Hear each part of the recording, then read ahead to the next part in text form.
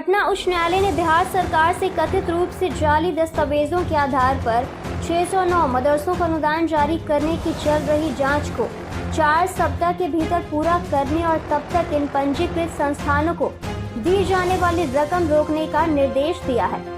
मुख्य न्यायाधीश संजय करोल और न्यायमूर्ति पार्थ सारथी की खंडपीठ ने मोहम्मद अलाउद्दीन बिस्मिल की एक याचिका पर सुनवाई करते हुए सरकार को ये कहते हुए फटकार लगाई कि सरकार जांच के परिणाम को रिकॉर्ड पर रखने से कतरा रही है। इसमें सिर्फ इतना कहा गया है कि जिलाधिकारियों को रिमांडर भेजे गए हैं।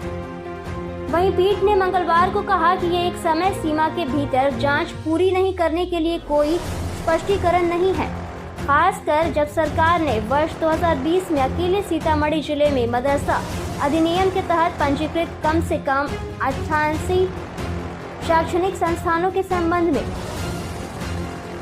अनुदान को रद्द कर दिया था। शिक्षा विभाग ने पिछले साल अनुदान प्राप्त करने वाले 609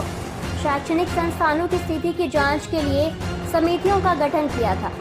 वहीं आदेश में कहा गया है कि विभाग 17 सितंबर 2021 की संचार द्वारा गठित 3 सदस्यीय समितियों के सभी अध्यक्षों की एक बैठक बुलाएगा, जिसमें आगे के निर्देश के साथ शीघ्र आधार पर जांच पूरी करने का निर्देश दिया जाएगा और ये सुनिश्चित किया जाएगा कि इसमें 4 हफ्ते से ज्यादा का समय न लगे।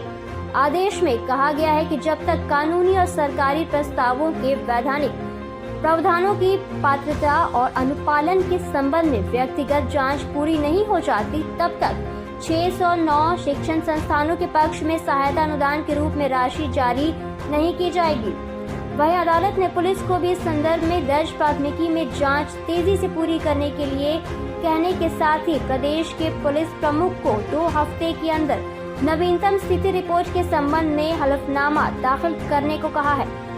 पीठ ने आगे कहा है कि हम सरकार को यह भी याद दिलाते हैं कि जैसा कि याचिकाकर्ता द्वारा आरोप लगाया गया है कि शायद एक उच्च स्तरीय समिति द्वारा एक विस्तृत जांच की आवश्यकता है, क्योंकि 2449 से अधिक शैक्षणिक संस्थान है जो बिहार राज्य मदरसा शिक्षा बोर्ड अधिनियम 1981 के तहत पंजीकृत हैं। वहीं पीठ ने शिक्षा विभाग के अतिरिक्त मुख्य सचिव को 2 सप्ताह के भीतर एक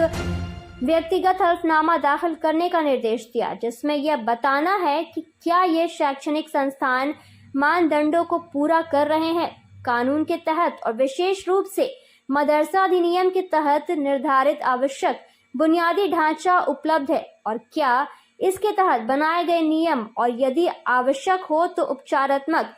कार्रवाई की गई थी या नहीं।